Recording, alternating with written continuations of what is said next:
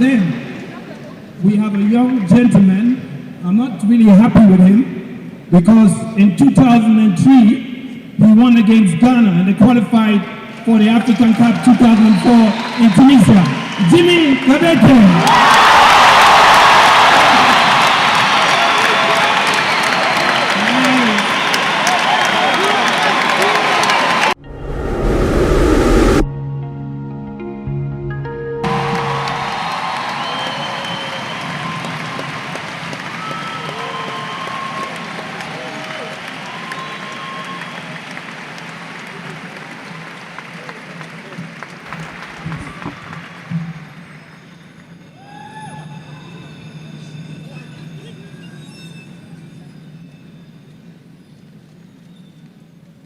Excellency, Gatete Chagua, Deputy President of the Republic of Kenya, distinguished senior members of government, ministers of youth who are here, diplomatic corps, distinguished ladies and gentlemen, and in particular, the young people of our continent.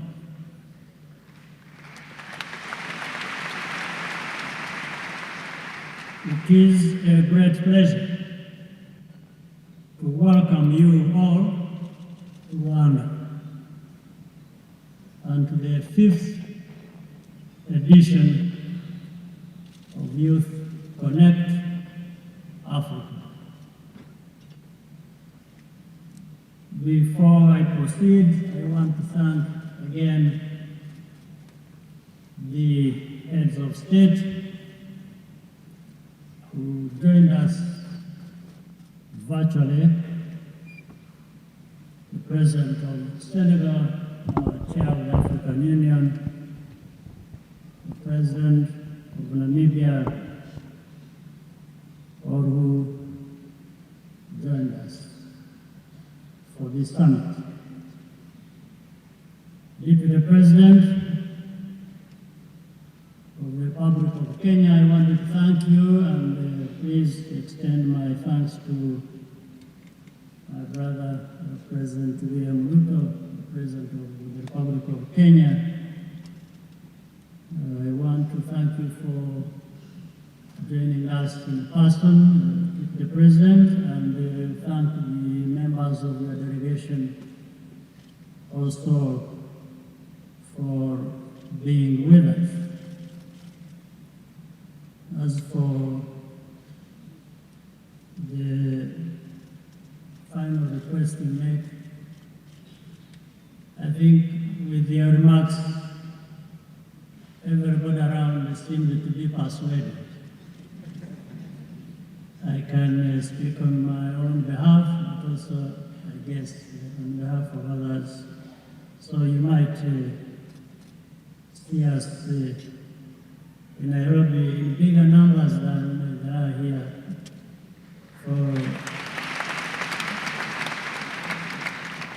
Looking forward to that. It has already been 10 years since this important forum was launched right here in Rwanda.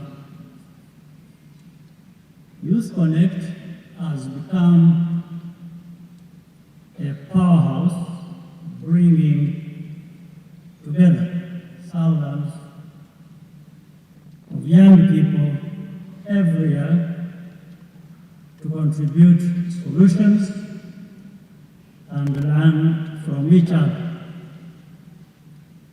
I thank all partners and friends for being part of this journey from the beginning, with particular recognition of the United Nations Development Program, UNDP, and the Korea International Cooperation Agency, KOICA. A big thank you goes to every young person in this room With your insights and innovations, you are leading the way for a more resilient Africa. Youth Connect helps us to tell these success stories, get to know each other better, and build solidarity. Africa is not a continent of problems, not at all.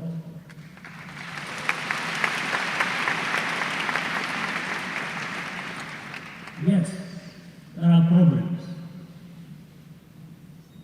but where don't you find problems? The world over, there are problems. So we have to deal with our own problems, but we are not a continent of problems.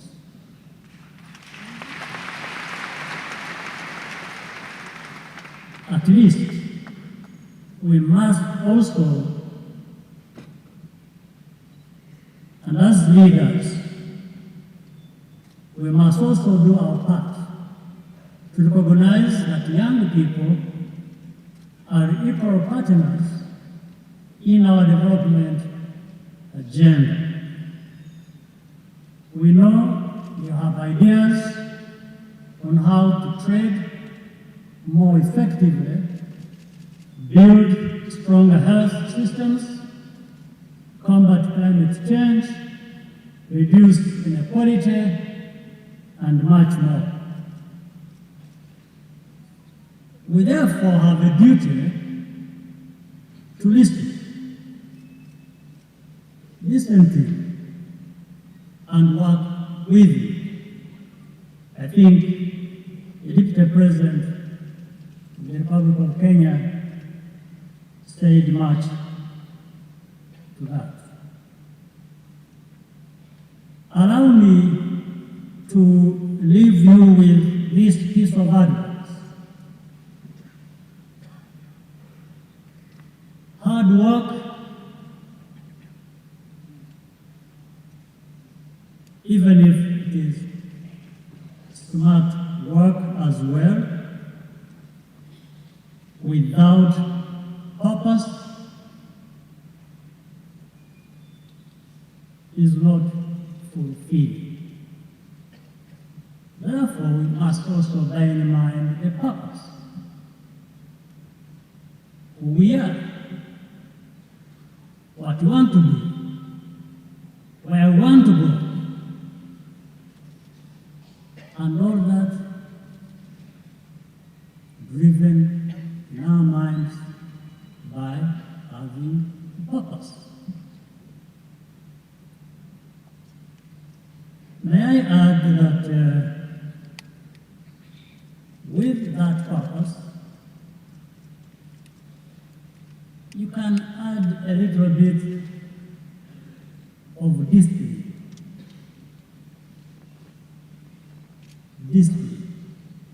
Discipline guides us, measures, and lets us know the excesses we have to deal with, whether personally or at the level of society. Have you ever had anywhere anybody complaining about having a bit of discipline? Have you ever heard of anybody who lost this or that because of discipline? So let's try it a little bit in our daily lives. It will serve us well. It helps people think, put value to every step of their way. It guides us in the right direction. Whether it is politics, is a bit of this thing. Whichever part of life, it should involve a bit of that. Of course, everything in excess has its own problems. So again, I'm saying just try, even with a little bit, and we will be where we want to be. 28 years ago, when Rwanda was at its lowest point, our country and the people dared to dream big, to give ourselves something to look forward to every day. We worked hard and worked together to overcome division, provide justice, and build prosperity. For the past 2 decades, this vision has become Rwanda's purpose and the reason for everything that we do. I always want to thank the people of Rwanda for their understanding and embracing these principles that have taken us this far.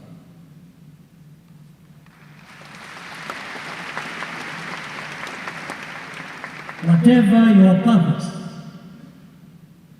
do not get discouraged by doubts. Begin by not doubting yourself. Try to overcome that. And ultimately, you, your family, your country, and our continent will be better off for it.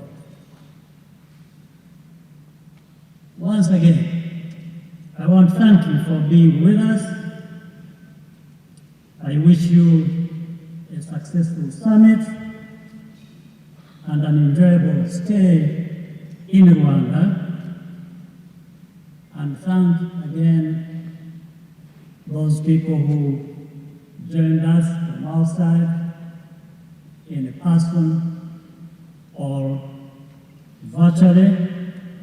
We are looking forward to even more productive summit next time. Thank you for listening.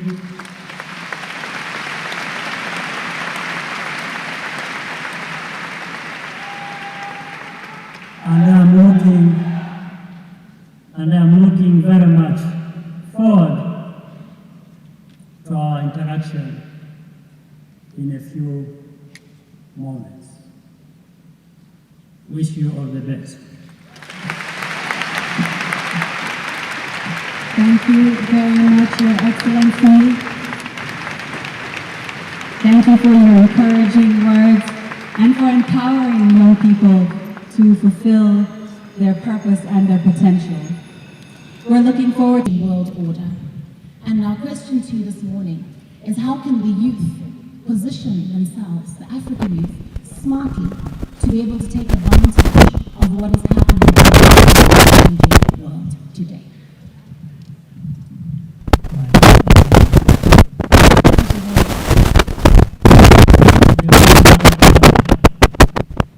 Will change from time to time, with or without us,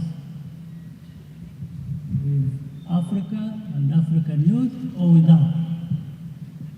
So we are left with really a simple and very clear, particular choice to make and something to do.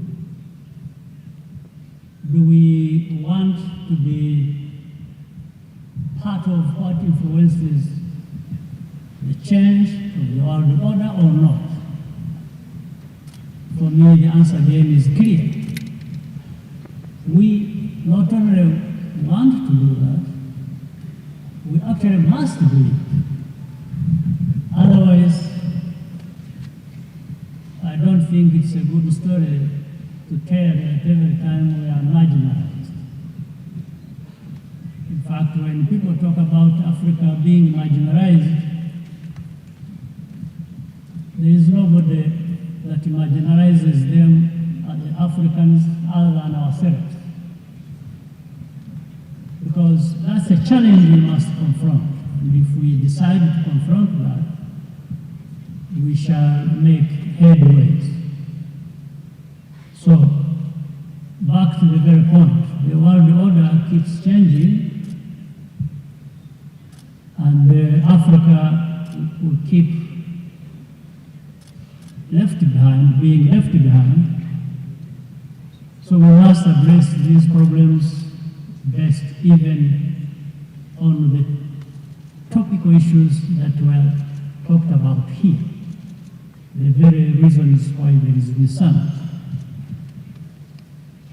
The youth will be part of any process for our continent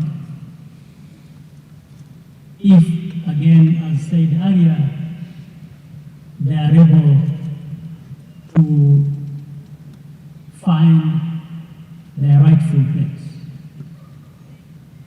But here, it is not just for them to find the rightful place for themselves, and when I'm saying the youth, I'm really talking about us as well. I'm talking about the continent. So there has to be also that enabling environment, which all was well said earlier by the previous speakers.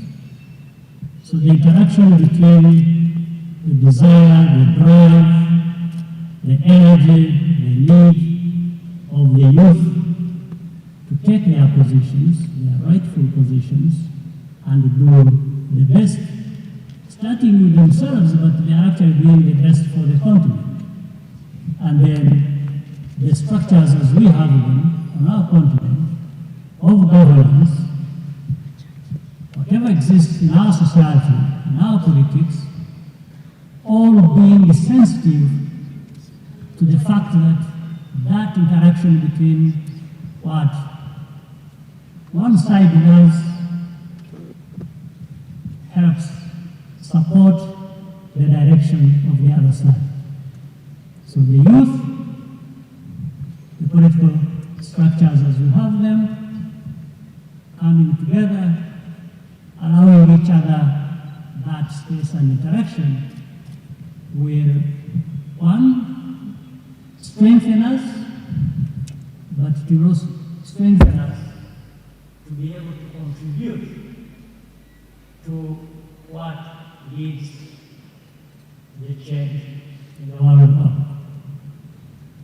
The world order is being influenced by those who have something in their hands. They have the tools, they have the power, they have, well, sometimes they even tell you it doesn't matter for them, they are pursuing their interests. Then they talk about doing whatever they are doing based on their values. So you have to take a step back, ourselves, meaning Africans, and say, don't we have interest? Are we going to be people who have no interest? Or are we going to be people who are constantly referred to as having no values and must be driven by other people's values? I think Africa has had and has values. We have had values before anybody else in this world. So again, it's up to us. It's just upon us to be able to do soul searching and look at each other in the eye and say there is a lot we can do individually, the youth, but for each other and cover the society of our country. So we need to just move from these statements and theories and go to the real life, real thing, where the Africans need to shop. We need to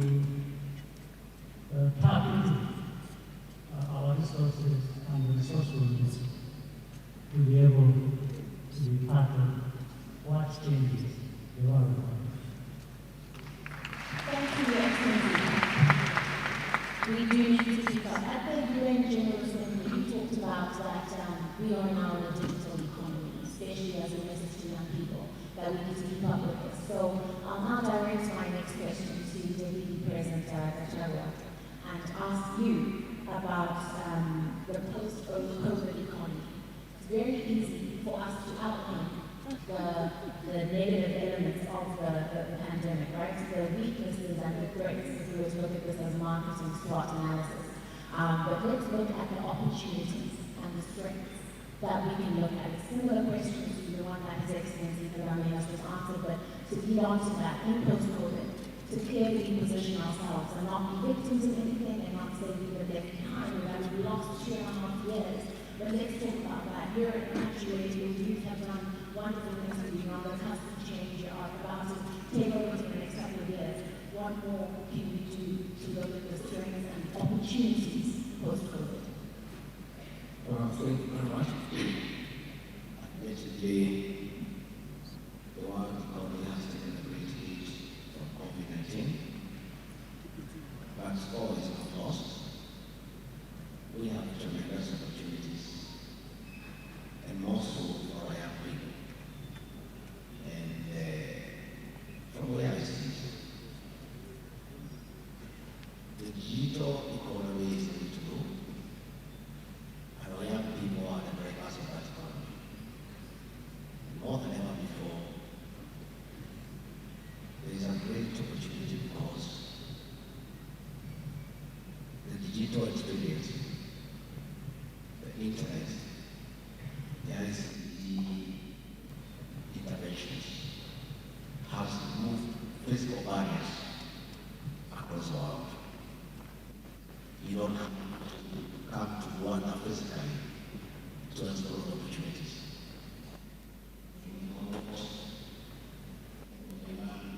Explore somewhere, a smartphone. You can visit people thousands and thousands of kilometers away. We must explore intellectual problems. And that is the way to go also for our young people, because in terms of assets, land, which used to be those years to be the greatest asset, especially in Africa, is no longer available. Our young people must invest in intellectual property. I want to give an example. In my country, we have a taxi called Uber. The young people who own that facility don't own a single car. And they don't own an office. They have just created a system. Using that system, they are able to pool as many cars belonging to different people, connect the owners of the cars, and those who want to use the cab system to go somewhere. And through the use of technology, money keeps on changing hands, and the company has grown to a very big level. I want to say that in terms of financial markets across the world, there are very many opportunities that our people across the world can continue to exploit. And as we move forward, we must also move away from the traditional way of agriculture and move away from rain-fed agriculture to irrigation because of the effects of climate change. So even as many countries are feeling the effects of the post-COVID challenges, there remains very, very many opportunities in the tech world, in finance, in international capital. And all we need to do is that with the advent of internet and the ICT options, we want to encourage our people across the globe to reach out. A conference like this one, a summit like this one, is a great opportunity for people to make inroads and get to know what opportunities exist outside their own countries. I'm sure, I have no doubt in my mind that before the end of this summit, some of the young people here who are suave in business matters have already made some connections and they have a new opportunity. So the real opportunity of dealing with post-COVID challenges is using technology to reach out so that we can explore new opportunities outside the traditional available opportunities that have been put down by COVID-19. Therefore, the world is big, the stage is large. All we need to do is continuously engage, and I'm sure that with that engagement, having removed the physical barriers, that people don't have to meet to explore opportunities. A lot of opportunities are available to help us put the world back to where it was before COVID-19. Thank you. Thank you very much, Deputy President. I think that confirms the message that this generation resonates with, that technology helps you to work smart without necessarily having to work hard. Now we'd like to move on to Honourable Minister Mbabazi. Speaking of technology and opportunities, we have this amazing summit that this country has birthed.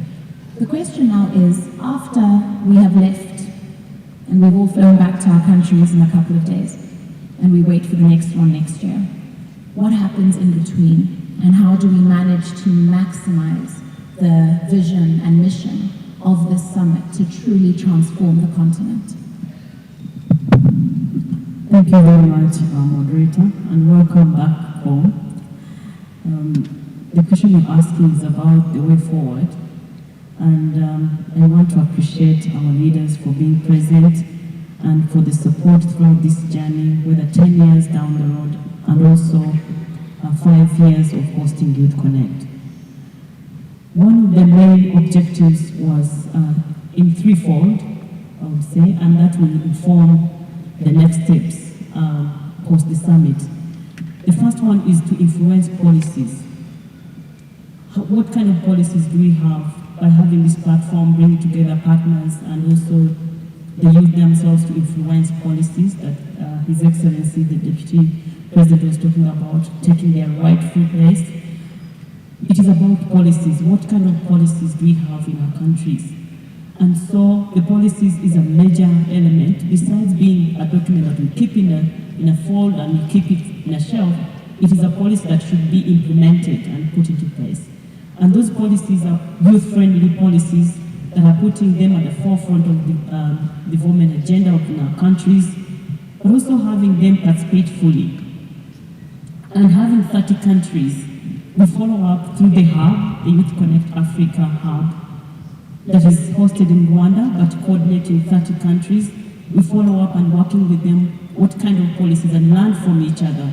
The best policy in the Republic of Kenya can be replicated in Rwanda, or the best policy in government of Rwanda that is implementing can be implemented in Zimbabwe or Liberia or any other African country where we're implementing and beyond.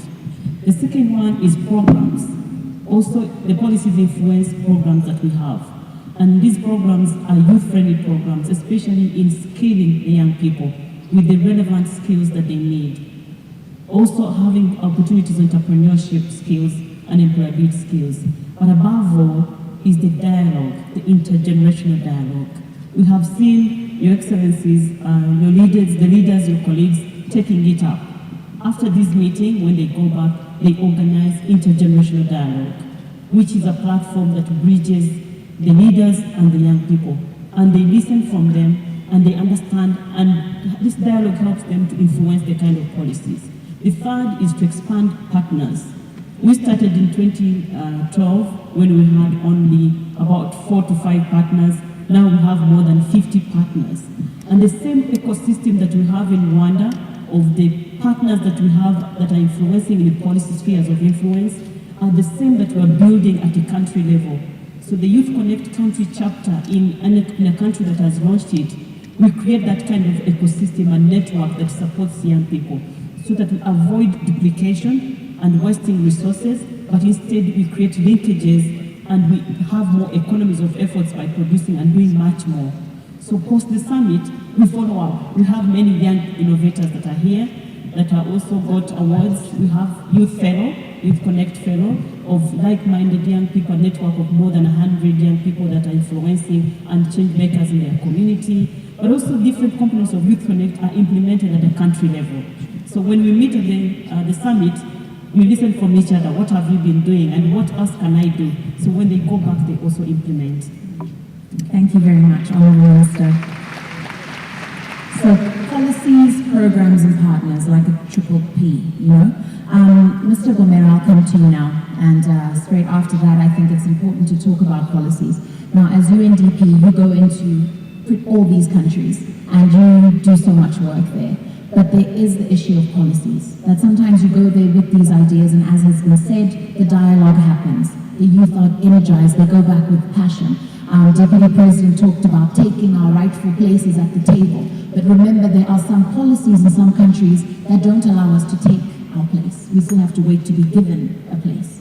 So let's talk about the work UNDP does and maybe some of the challenges that you face where policies, especially programs as well, affect the productivity and the progression of these kinds of think tanks and the ideas that come out of this.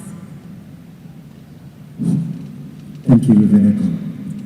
Before I get into that, I must say, Your Excellencies, I'm inspired by your words today. I'm especially inspired, Your Excellency, by your view that Africa and Africans are no longer a people to whom things happen. We are no longer a people for whom things are done. My 23 months in this country have shown me that we are a people with whom things can be done. And our work with young people in this country has shown me that we are also a people who make things happen. So I'm very inspired by that. In terms of the policy work that we do, we are a partner. We ourselves are not the government of Rwanda. We are a partner to the government of Rwanda. We are a partner to the people of Rwanda. Sometimes in their journeys to look at the world today and say, as you've said, there's a lot of trauma that's happening in the world. How do we make sense of it all? There's a cost of living crisis out there. There's a pandemic. There's everything. We are there to work with governments to think about how do we make sense of this? How do we deal with it? But not just thinking. We are also working with governments to show that we can do something about it. And we've worked, especially in this country, to look at areas where we can demonstrate that actually there's another way of looking at the world. We worked with the government of Kenya some years ago to look into Kenya's energy mix. And it was UNEP which worked with the government to drill the first gas well in Kenya. And right now, if you look at Kenya's energy mix, it's the pride of Africa. The United Nations was there to be a partner. But we also understand that just having a pilot there is not enough. We work with governments to take things to scale. We look for partners. We look for the African Development Bank over there. We look for youth. We look for everyone in this house, the education sector. I was talking to my brother from Africa Leadership University. We work with them to make sure that things get you very much, Mr. Gomera. Thank you. So that has warmed up our stage, I hope, and I'm hoping that you're all ready to engage with our panelists this afternoon.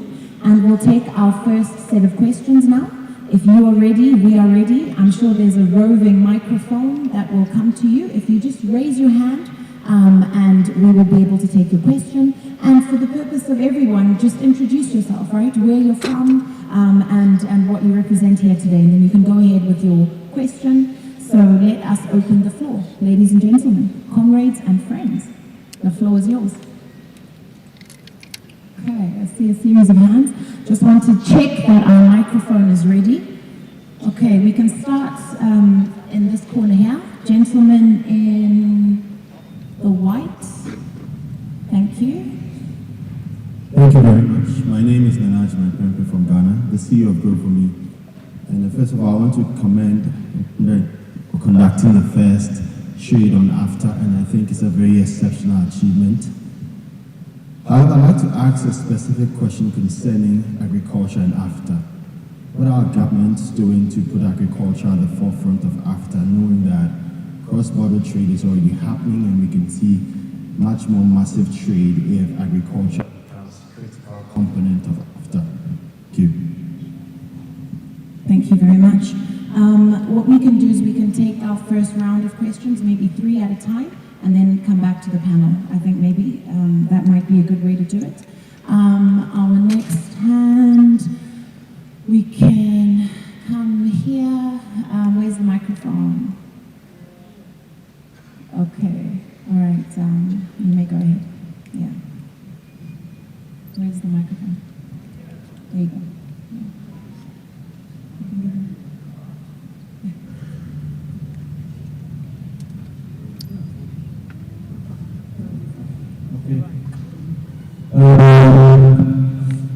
Good morning, thank you. I am Abdulkarim Abdulmadiko. I come from a great and wonderful country in West Africa. I come from Niger, and I congratulate you for this summit, this initiative. I will speak in my language, French. Donc, Monsieur le Président, comme vous l'avez dit, nous sommes pas un pays, un continent de problèmes. Il est vrai que nous avons des crises sécuritaires au Sahel, dans le bassin du Congo, nous avons connu Ebola, la Covid-19, bref, il y a tous ces problèmes. Mais dans le même temps, on constate qu'on a de merveilleuses opportunités. Je vous invite tous à visiter la magnifique ville d'Agadez dans le nord du pays, de mon pays, ou bien le plateau de Gizeh en Égypte. Nous avons ce magnifique pays de 1000 collines. Ils ont fait de cette géographie accidentée un atout dans l'Afrique du Sud. Et je comprends que tout ça, c'est de belles opportunités pour nous permettre de créer de la richesse, de faire une économie très forte. Mais ma question, c'est que généralement, lorsqu'on parle de tout cela, l'on oublie une partie importante des jeunes, surtout les jeunes les plus discriminés. Je parle principalement de 3 catégories. Les jeunes femmes dans les zones rurales, elles sont très souvent oubliées, elles sont sous-représentées. Je parle aussi des personnes handicapées. Je suis l'une des rares personnes en rôle de mon pays à pouvoir étudier jusqu'au 3e cycle et à pouvoir être avec vous par là. Ici, la plupart de mes frères et sœurs personnes handicapées d'Afrique n'ont pas eu cette opportunité. Et 3e chose, je parle des minorités qui sont souvent également oubliées. Alors comment on fait dans le cadre de Youth Connect? Comment on fait dans le cadre de nos politiques et programmes? Madame la ministre, vous avez parlé de cela, pour que oui, on parle des jeunes, mais qu'on parle de tous les jeunes. Tous les jeunes partout de l'Afrique, parce que nous ne voulons pas seulement changer l'Afrique. Nous sommes quand même le berceau de l'humanité, nous sommes le pays de toutes les valeurs, le continent de toutes les valeurs, et nous voulons changer carrément le monde, mais nous ne pouvons pas le faire si tout le monde n'est pas pris en compte. Comment on fait ça? Merci. All right, thank you very much. We're going to take one more question from this side, then I'll come over to that side of the room. Lady with the colorful blouse, thank you.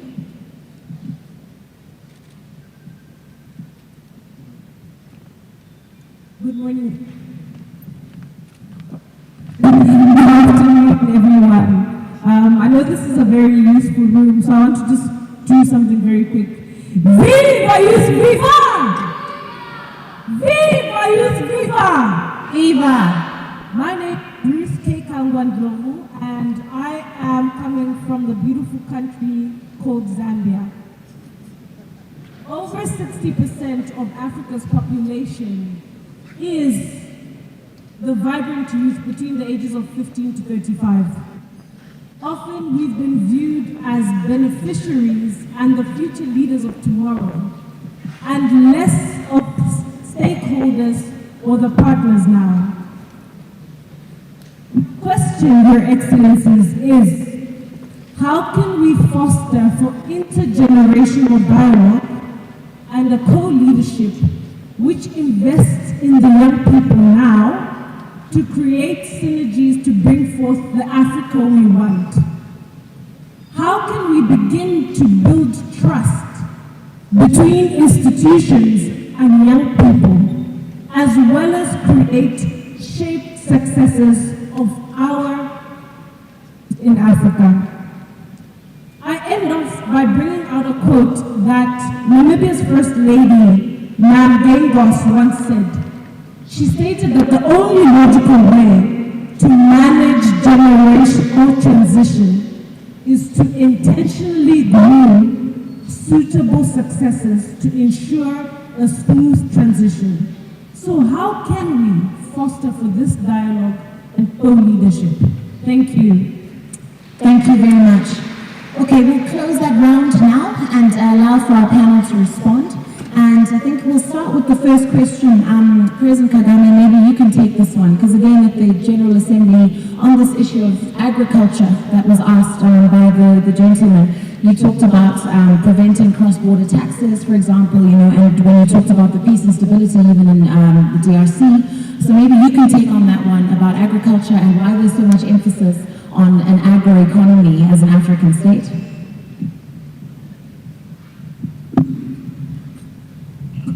I think increasingly there is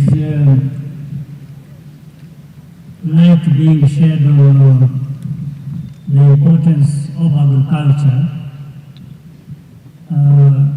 which in the past had been ignored, but for reasons you can't easily understand, because whatever we are doing here, whatever we are saying, agriculture is a source of what enables us to walk, to work, to do everything we do, because it's a source of food. We need that. So if anyone was imagining agriculture is not important, that was a big mistake. But I think every day there is a realization of its importance. But we have also been helped by the fact that agriculture has had visibility in terms of not only being a source of our livelihoods in terms of food, but also as a big sector of business. Not just food that we eat or we grow culture, grow crops, and we have different sources of what to eat. It is livestock, it is fisheries, and so on and so forth. We have the land where we have to do agriculture. I don't think there is anything lacking in that, whether it is land or water or the fact of being spoiled by having rains and sunshine and in a mix that enables agriculture to thrive. Maybe that's why people took agriculture for granted in the past on our continent. But I think, as I said, we are waking up to this fact that we need to invest ourselves more into agriculture. Everything is available. It's a source of food. We need the food systems have to develop, have to grow. That's the future. That's the world over. And then, as a source of business, we have seen how people can thrive on that. Now people are going to start producing, or have been doing so for many years, for export. People can feed themselves and then be able to feed others through that trade and business interaction. That is a great thing to do. And it ties in with the climate change issues, how we take care of these challenges of climate. In a nutshell, the world has come to wake up, and therefore Africa has not been left behind. And I think we are seeing a momentum which we should encourage, and therefore be able to do that. So the point of DRC, what was it? It was just that when you talked about it briefly at the UN General Assembly, because we're talking about the ease of access, right, and the way that we can, do business between each other as countries. Yeah. For example, even taxes. You talked about the issue of Eastern DRC having to reduce their taxes because of the level of instability there is. So those kind of hindrances on our continent, whether it's political, whatever the case might be, there are those challenges. So it was just to highlight what you had mentioned, but I think you have answered the question. Yeah. So but that is the whole thing. And now that we have the African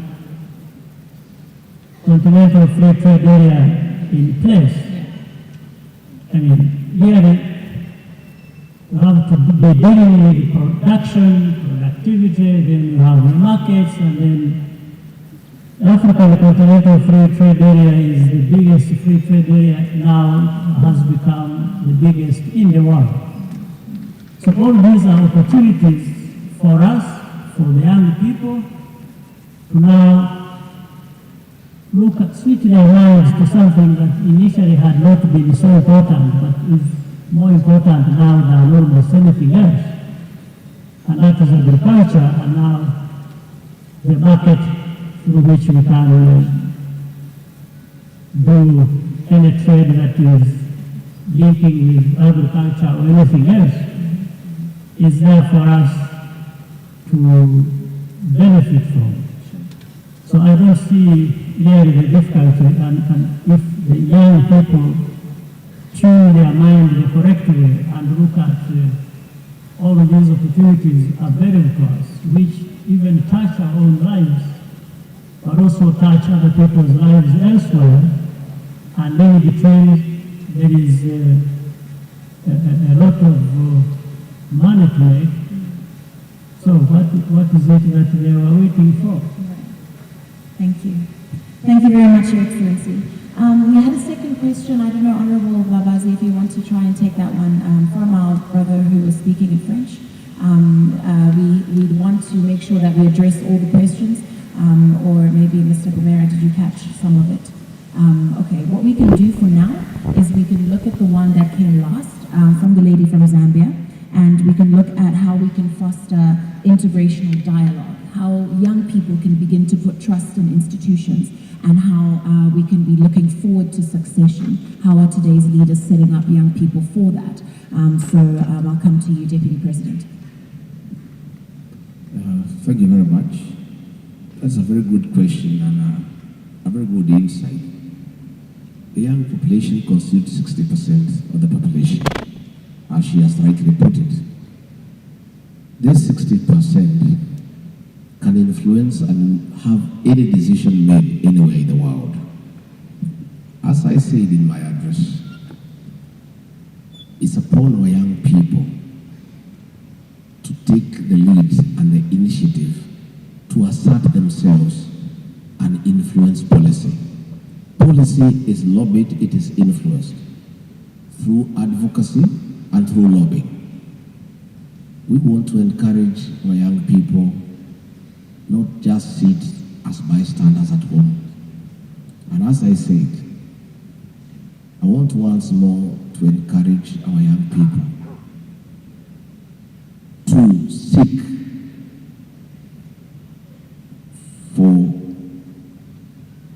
opportunities to provide leadership. And most of these positions are elective. And with the 60% of the population, our young people have no excuse at all not to occupy any position they desire anywhere in the world.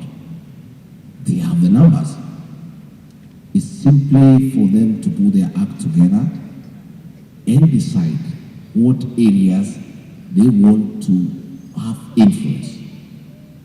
And then have a very pragmatic engagement with their peers of that particular age and seek for those positions and applying the superiority of numerical advantage, take over the positions and influence policy. And we need to lobby governments in Africa to create a regulatory framework that is friendly for young people who have no experience, who have no capital, to be able to get into the business world, to be able to be active participants in the economy. But that will be done through lobbying and influencing policy. But that cannot be done if our young people are not organized and are not determined. And I want to tell the participants in this conference, nobody will come for you at home and give you a position. You have to leave home and go and look for it. And please, don't believe that story that you are the leaders of tomorrow. No. Why do you want to be the leaders of tomorrow? Be the leaders of today. Anybody above the age of 18 is an adult for every practical purpose. So why would somebody be telling you when you are 25 years that you are the leader of tomorrow? The young people between the age of 18 and 35 are the leaders of today. Please, let the people of President Kagame's generation and my generation not confuse you and cheat you that you are the leaders of tomorrow. You have the energy, you have the brains, you have the creativity, you have the numbers. Please get your act together, and once more I ask you, take your rightful place in the decision-making table. Love it. Thank you so much. We are the leaders of today, not tomorrow, right? I believe we have some football legends in the house today. Where are they? The football legends. This way? Please may you stand. I just heard. I mean, I don't know a lot about football, but I just heard. Wow. Okay. So this is what you look like off the field, huh? All right, so from our legends, it would be nice to hear from, you wanna come onto the stage? All right. It would be nice to hear from one of you. That's nice. If we could, thank you. Very much. Thank you. My name is Atumye, and I'm from Ghana.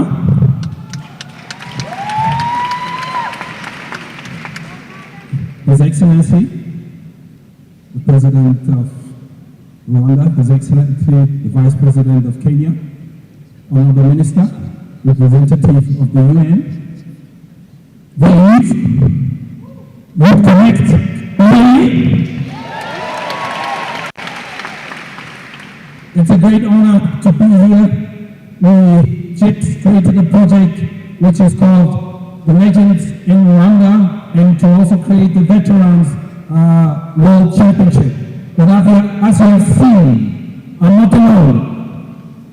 I'm with greater, better players, I don't know. Sorry, I know you're good with your feet, but the way you're on the edge of that stage is making us so nervous. Are you scared? Yeah, please just come. I should come to you? Right, come center stage. No problem. So I'm in the center stage now, that's where I feel at home. I'm not alone. let me introduce the other legends to you as well. We have African Cup winners, we have Olympic gold medal, we have a world champion as well amongst us. And let me start with Pierre Thuram from France.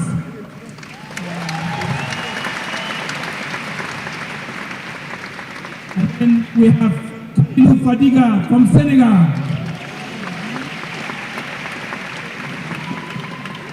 Then we have Patrick Magic Mboma from Cameroon.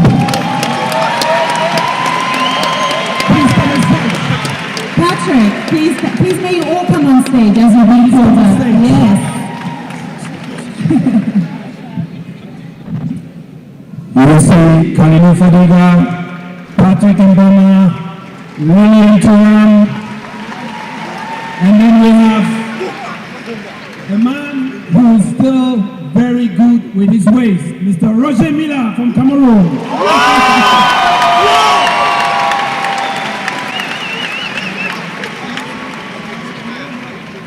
And then we have a young gentleman.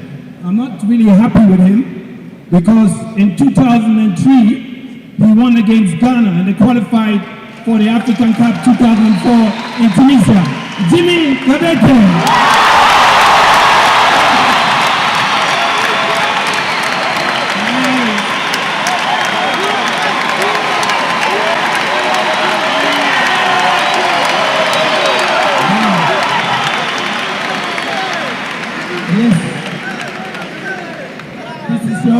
But you see, when we play football, we always need a team behind the team and someone also who leads us. And there is a young gentleman.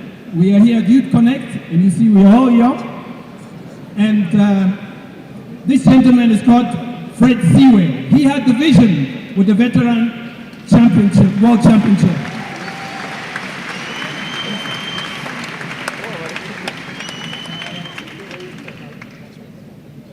His Excellency, on behalf of the legends, we want to thank you for receiving us in this wonderful, beautiful country of Rwanda, who is also has been now like the open gate to Africa.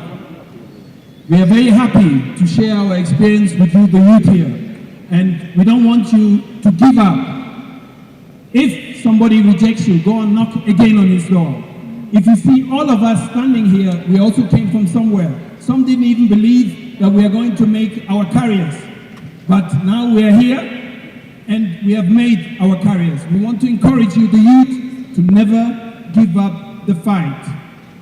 And one word I'll give you to go home with after this Youth Connect: there's no elevator to success. You have to take the stairs.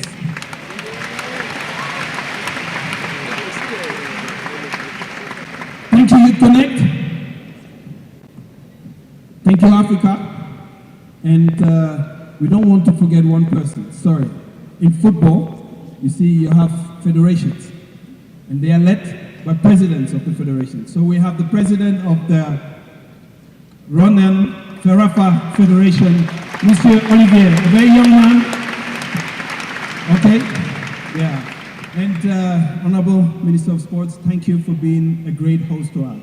Also, former sports lady, thank you. Thank you to our football legends. Give them a round of applause. Thank you so much.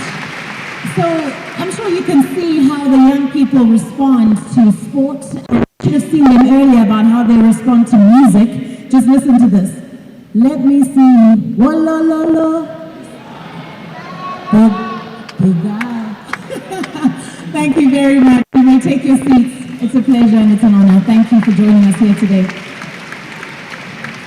There are very few things that bring us together sometimes when we're surrounded by differences, and football definitely is one of them, and of course music. So thank you very much for that interlude. And now we're going to continue with our question and answer session, and we're going to take our last round of questions so that we can close off our session this morning. So I'm going to come to the other side of the room that I haven't visited. We can start on this side, okay? Yes, the lady here in the brown dress. Can we get the microphone here, please? And then the gentleman in the front, please. And then is so difficult. This is my worst part. I'm looking for a lady now because we heard so much from the men. The lady there, yeah, thank you. All right, so in that order, please go ahead with your questions. Thank you. Thank you so much for the floor. His Excellency, the President of Rwanda, honorable guests, honorable, it's not working. I'd like to start with thanking you very much from the deepest heart for the very inspiring speeches that you have given. My name is Tsik. I am from Madagascar. And Tsik is a word that means smile. Because we in Madagascar, we love happiness. As you can see in the delegation here, we are all smiling because we like happiness in Madagascar. I would like to ask you, and would really appreciate answers from you, honorable speakers.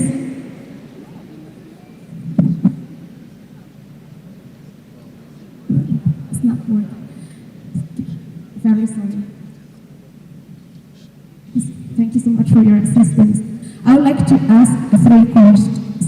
Very short questions, but very clear too. The first thing that I have remarked in all the speeches, the things that people have said, that there is a very big optimism and positive thing in all the speakers when they are taking the floor. And I would like to ask you, how did you insert that in the identity of the population? How can we also have that optimism, that positive mind? If you could share with us some keys, we would really appreciate. The second thing is His Excellency, the President. You have always talked about discipline. How? Please, if you don't mind sharing with us, how could you manage setting up discipline in Rwanda? That's one thing, but also keeping it. What's the secret? And last, I would really appreciate too if you could answer for us youth. We have the strength, we have dynamism, we have zeal, we have many things. But people usually say that youth lack of experience. So is there a shortcut to get experience very quickly for the generations that have already experience? Thank you so much indeed. Thank you very much. Our second hand was the gentleman in the blue suit up front here with the bow tie.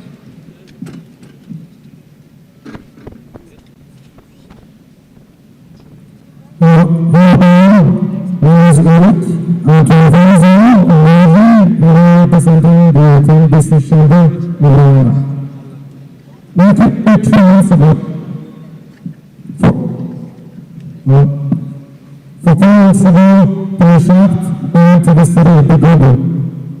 Now in Gatete, I met people that every day rely on crops such as bananas and beans in order for them to live. What I'm saying is that if these crops doesn't grow tomorrow, there will be no tomorrow. My president goes to His Excellency, Mr. President Kagame. When I was there, I saw something I've never seen before. People more happy than I've ever seen traveling across over 50 countries in the world. I saw unique to the happiness. And what I wanted to know is how do you increase the number of money coming into this country while still keeping us the happiness of these people? Because what I realize is that money doesn't have happiness. It is the one place in the world that has happiness is Africa. Thank you so much. Thank you very much. And our last question over this side of the room, please. Is there another microphone this side? Yes, thank you very much. Greetings from Sierra Leone. the beautiful land of diamond, bauxite, and gold. I am Mariatu Estakaba.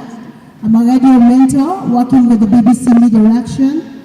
I'm a youth and SDGs ambassador working closely with the Ministry of Youth, UNDP, and Violet. Hearing from our African leaders seated at that stage, gives me so much hope about the future of my continent. I'm so impressed about the great work they are doing towards the empowerment of young people. Madam Minister, you mentioned your strive as a ministry and as a country in improving the lives of young people through using the 3 Ps, which are policies, programs, and partnership. I would like to know, in all of this, is there anything like localized investment for youth, for young people? If so, what does it mean within the context of Rwanda? And what can you say are the best practices to decolonize or deconstruct empowerment for young people across Africa? Thank you. Thank you very much. All right, so to close that round, I'm just going to pick it up from the question that we had from the gentleman who spoke and asked his question in French in the previous round. What he was asking was how is government, how are policies going to assist the marginalized, for example, those living with disabilities in particularly rural communities in Africa. That was his question, so we can start with that one. I think I'll give that one to the Deputy President, and then we can move on to this next round of questions. Thank you.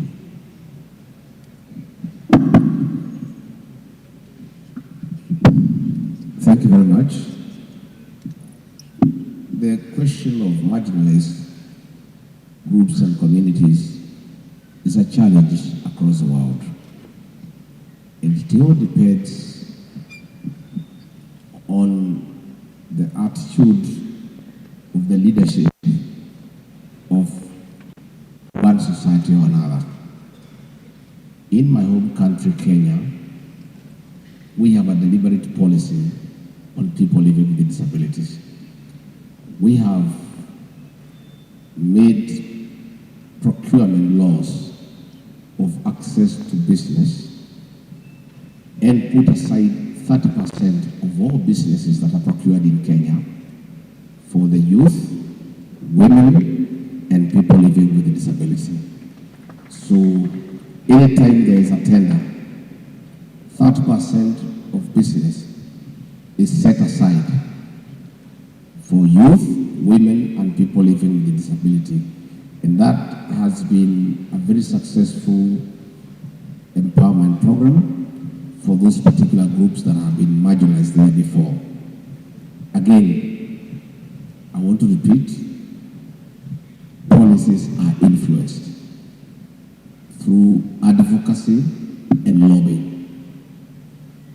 Where in your country there is marginalization, say for example, of people living with disabilities, or young people who have taken over the digital space, shout about it, raise the issues, continuously lobby to influence governments to create laws and regulations that creates an equitable and just society where all people, irrespective of the various challenges they may be having, are treated equally like other people in that particular country.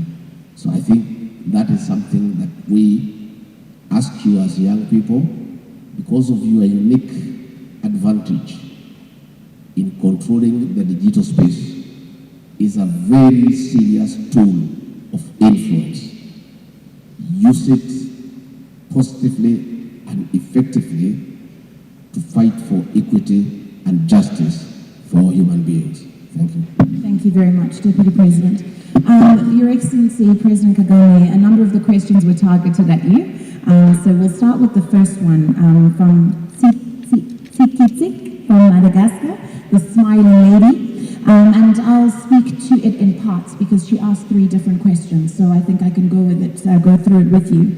But the first one is really more of an inspirational one, right? She says that you all stand up here and you speak so positively, so optimistically. Where does that light come from? And I think this is really about mindset, right? And how much young people also need inspiration above anything.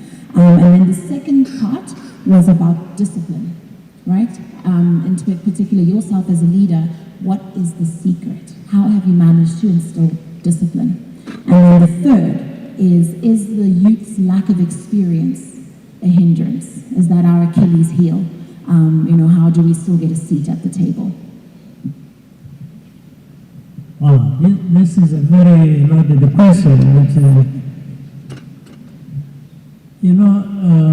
At a personal level,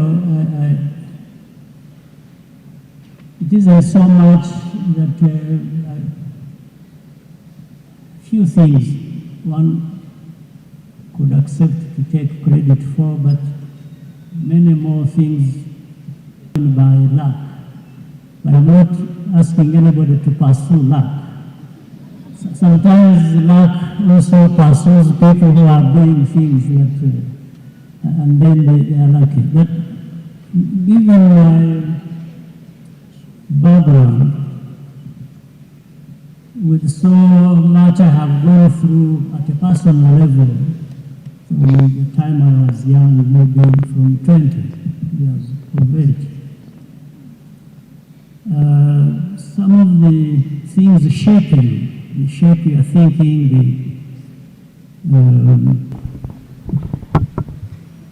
but there is a saying which was not coined by me, but by many other people, of saying to walk the talk. What is walking the talk? Walking the talk, I think people are saying, do, practice what you say. So people have to make a choice. We get to hear from people, we learn, we read books, we do all kinds of things. There's a lot of learning through that. You as a person, you may decide, you make a choice. What person do you want to be? What society do you want to be part of? And you make a choice how you play part in that. You must play part in what you become. You must play part in what the environment around you becomes. Even if you make a small contribution, that will be fine. But you must shape something about you, about your world. So these are the choices you make, and I guess at every level, every person makes that choice. Or you fail to make that choice, and of course with the consequences. Things happen to you personally, when you've made the wrong choice, or when you have made no choice at all, and just sit back and wait for things to impact you. So the question therefore, the complex of the question she was asking is both, I think, put it at a personal level, but also at a societal level. And so once you've made that choice personally, that can apply to anyone and everyone here, then how do you interact with the environment to the point that you learn from what impacts you, but also learn to impact your environment. So there is an interaction. And so the discipline I was talking about, therefore, originates from that kind of thinking. Being conscious of your choices and what you want to be and and also the choice of the society that you want to become part of. So that has to do with discipline. There is that discipline of mind of going through this process of making the choices. How you are impacted, what you want to be, so insist and,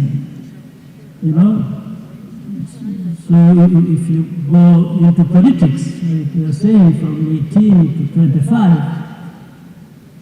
you are through a process of making a choice. Personal, but also beyond you. See the environment where you are. That's how people become MPs, members of parliament. And I'm singling this out to say, again, to answer the question of experience. Experience means a broad range of things. Experience in what? Experience is not just a question of time or age. It's also what you are doing in that time. For example, I'm older than the deputy president, I think by far.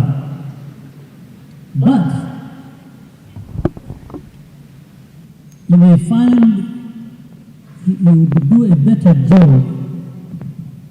or he knows a lot more about interacting with, say, society,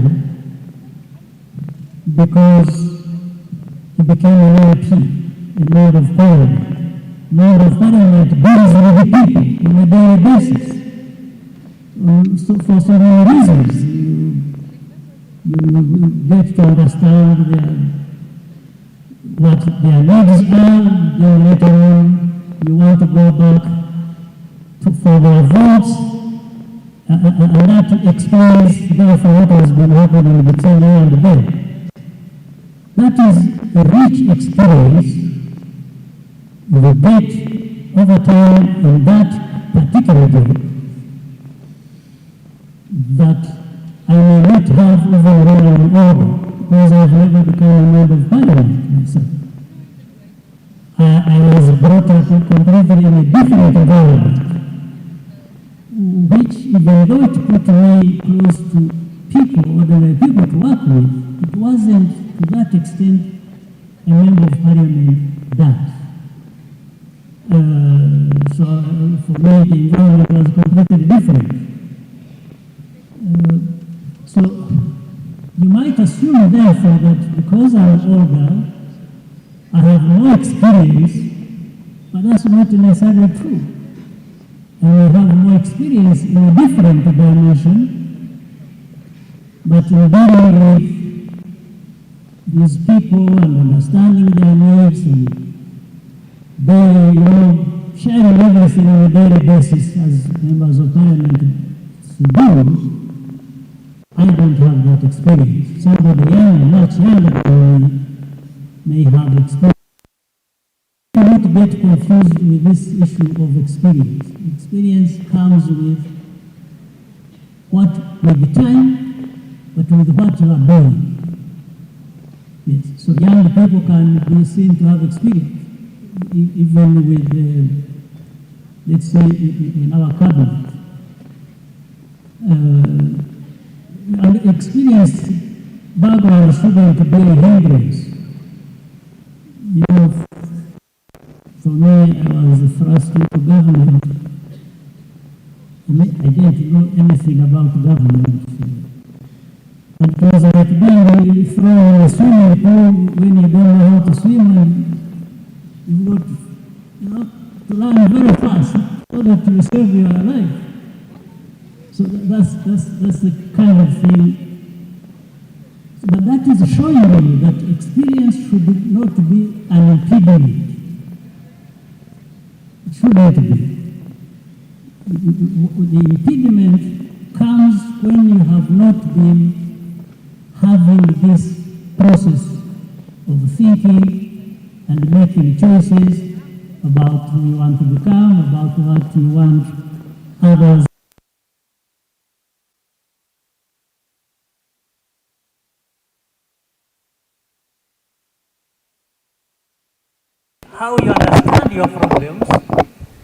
and you are able to put them where they belong as you work on solutions, and in between being happy is the energy that actually bridges this gap between problems and solutions. So you make the choice. Youth Connect, unauliza. You can be happy even if you have problems, right? I'm glad that you personalized it, because I was going to follow up and say, I'm sure even when you entered politics, when you became a leader, you didn't have experience. And I think what we need to highlight is that we're in a generation where there's not that much room also to make mistakes. Everything we do is recorded.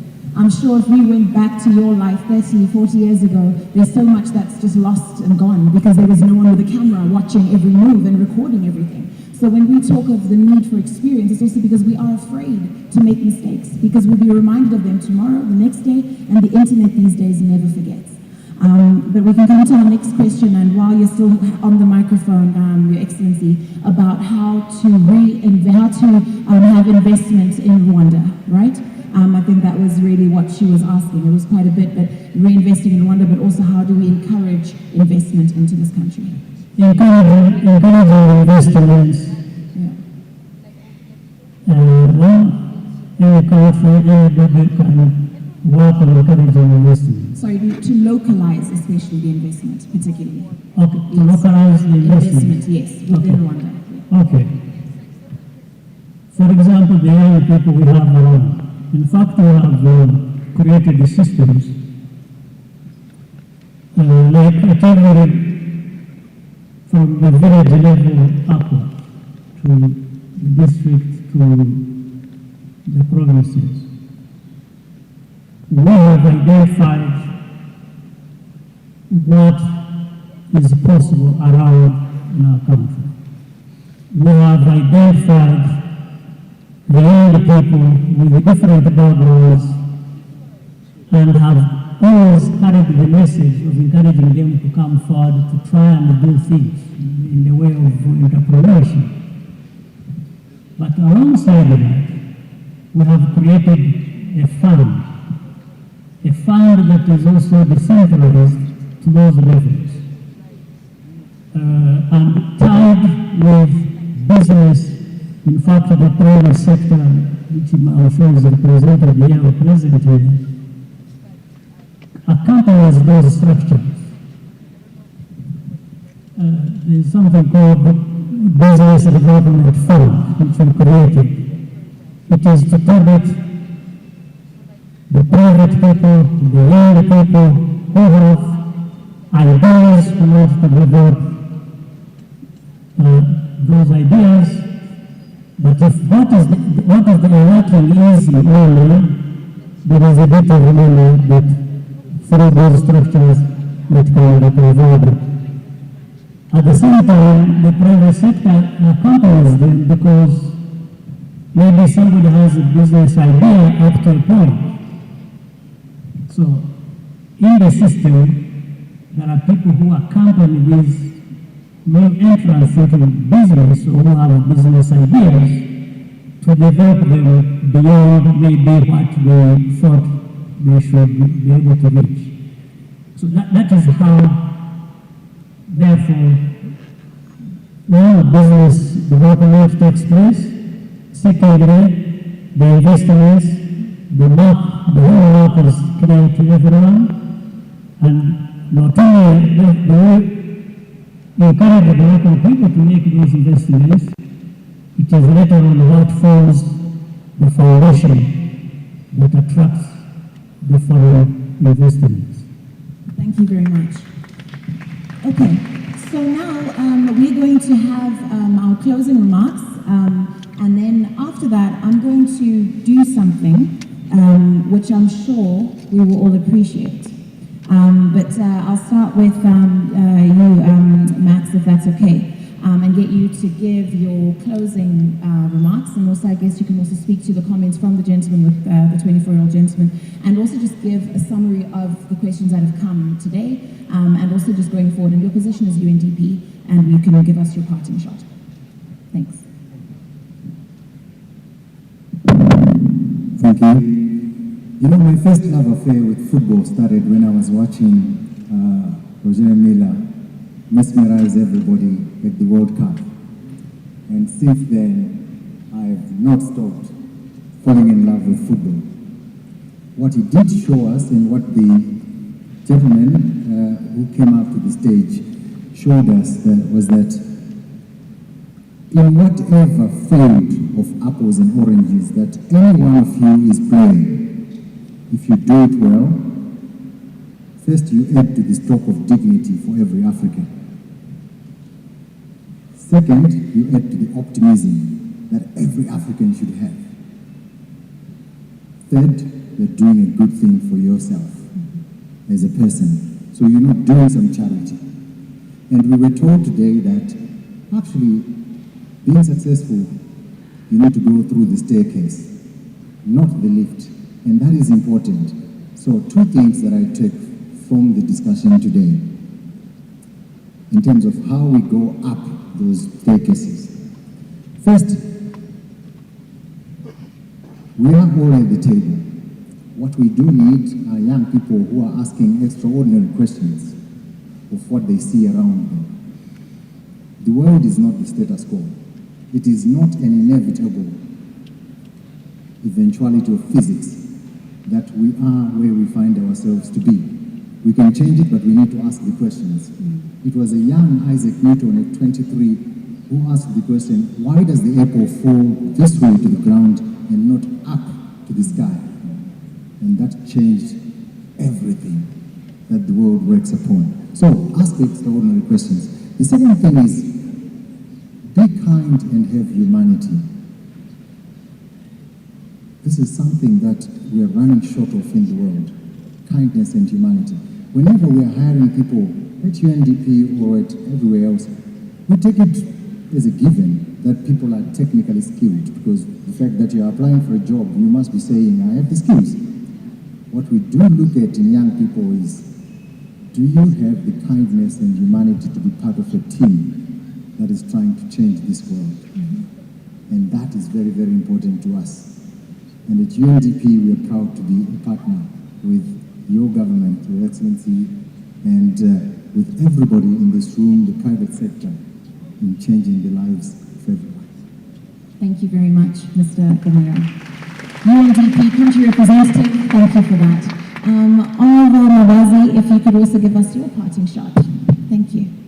Thank you very much. I think our leaders have responded to most of the questions, but my parting words is when the young people were asking about the kind of attitude or the trust the community should have, I just want to say trust is earned. You have to earn the trust within the community. And also, talking about experience, it doesn't require only to be working in a recognized, known, registered organization. Within your communities, you can do a lot. We have many young volunteers in Rwanda that had known the kind of experience that they would define, and they supported us during COVID-19 pandemic. So they went from house to house and teaching people how to comprehend or respect COVID measures, and they are contributing factor that we had lesser deaths probably, or the contagious disease. So you can do anything within your community without waiting until you have a position. So influence is not only a position, it is an attitude, it's a choice that you make. So they can do a lot within their communities, and you have seen it. The last one is about the mindset, the choice to be happy. I think you can make a choice to be happy or not. And as His Excellency the President mentioned, I don't want to emphasize it more, that you can be happy even within problems, but with a choice or an attitude that you get out of those problems, they will not be there forever. So young people, the world is waiting to see what you have and what you can deliver. Thank you. Thank you very much. Deputy President, please give us your final words for us this afternoon. Thank you very much. I've had about 3 things that have made my day. Money does not buy happiness. I can't agree more. Money is only good in what it can make you achieve. but it's not an end in itself. Happiness is an attitude of mind. It's what you want. I agree with President Kagame that it's possible to be happy when you have problems. President William Ruto and I, as we looked for the presidency, had many problems, but we were smiling every day. It is possible in spite of the challenges of life, because life is challenging, that you can still remain sane and be a happy person and never let problems bring you down, because if you're down, you'll never get up. The football legend here has given me something to work on, that there is no elevator for success. You have to do the staircase. That tells us you have to put hard work, and there is no shortcut to hard work.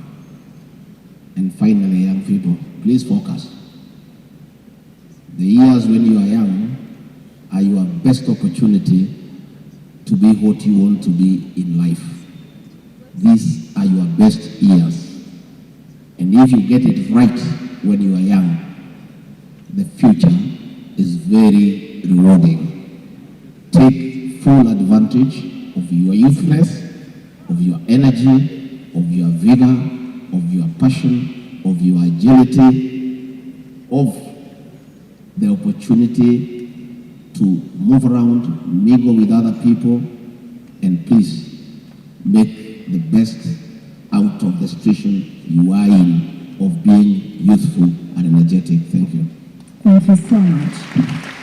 All right, I would like now to read a quote to you. Dear optimist, pessimist, and realist, whilst you guys were busy arguing about the glass of water, I drank it. Sincerely, optimist. So this is to us to be optimistic and to always take sincerely opportunist, sorry. We're supposed to take opportunities, right? That letter was signed by the opportunist. So in the age of opportunity, with the small power vested in me this afternoon at Youth Connect, I have two faces that I absolutely need to indulge. So Your Excellency, we just want to ask you, if you don't mind taking just two more questions, and then we can close off, because I just feel like if I don't give them the chance to speak, this day won't end well. So there's a gentleman here in the front, and there's a lady who is screaming her lungs out with the denim jacket. If we could just close off with that. Thank you.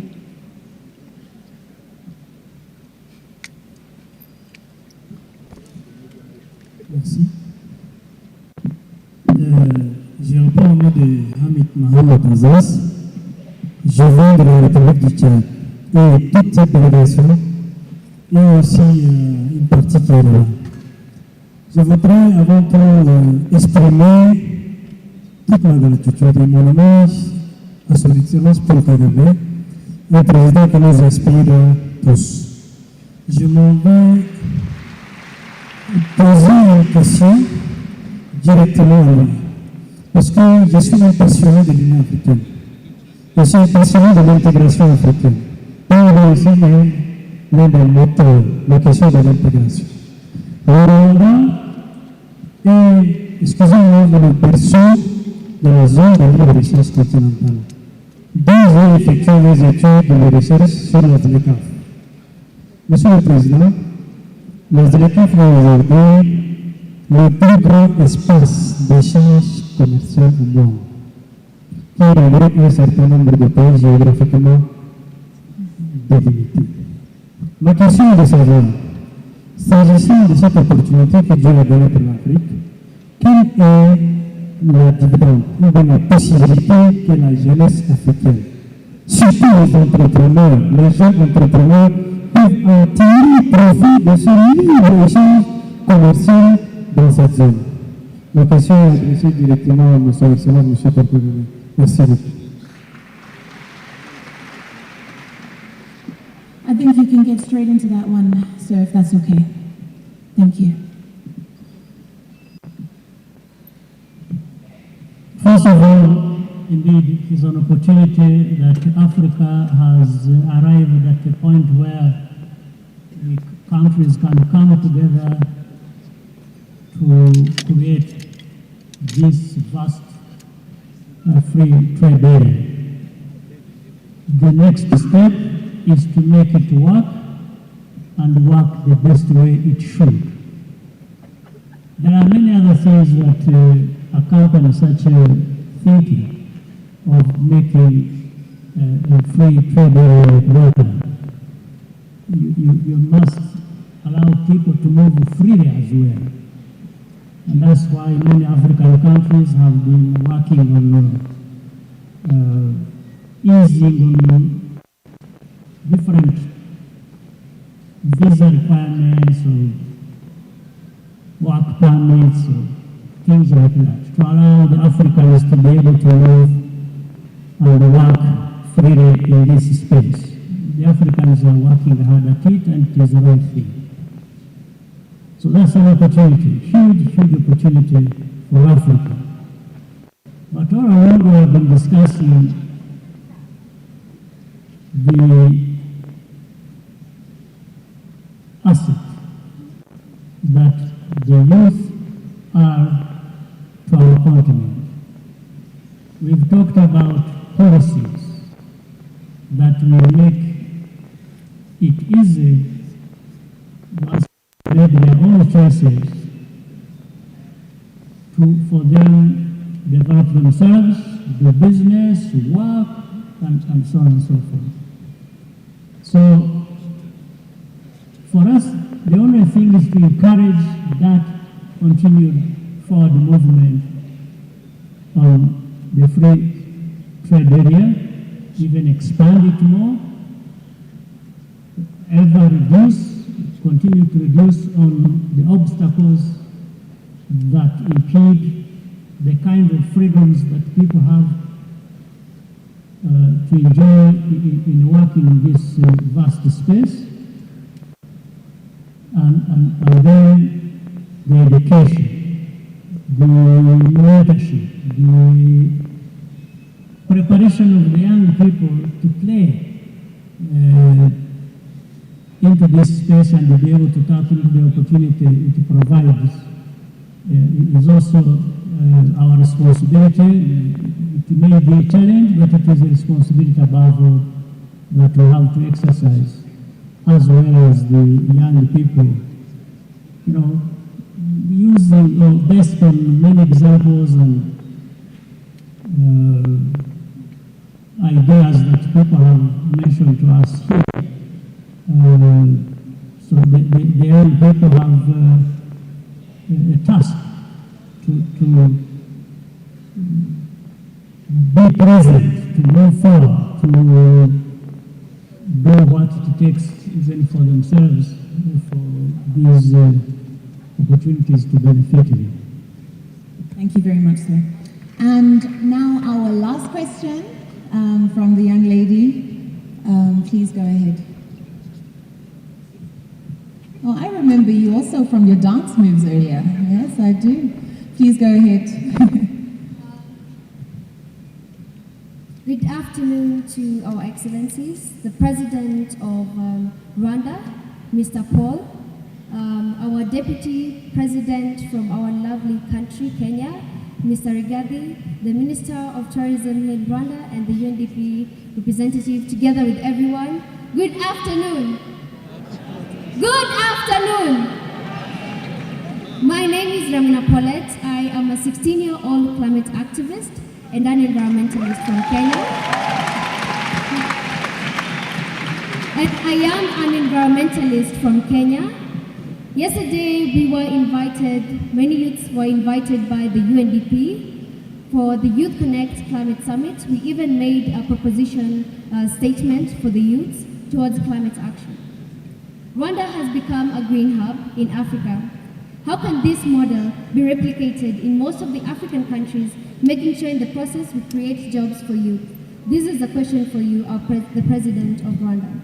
Now going back to our own Deputy President, Mr. Gatete from Kenya. With the new presidency, What is your take on the representation of youth and children in such conferences, like this Youth Connect Climate Summit, and even the ones that are organized in Kenya? For the climate finance, there has not been more transparency on where these climate finance are being delivered. They're not being accessible to many people, most especially from the local grassroots.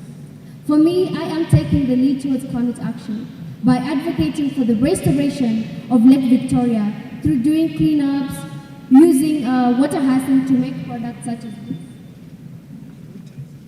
that create a livelihood for women and youths in Kenya. Another question that I have, it's now for all the African leaders present at this room. You're going to be part of the climate negotiations, but it's time for us to stand up and to advocate for loss and damage finance.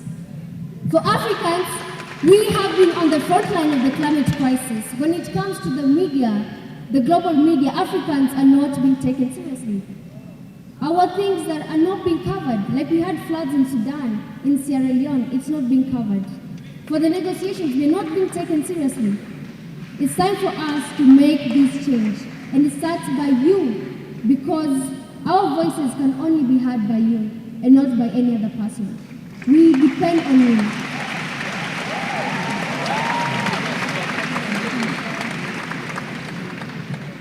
I'd like to take a climate clock to you, together with Ina Maria from Namibia.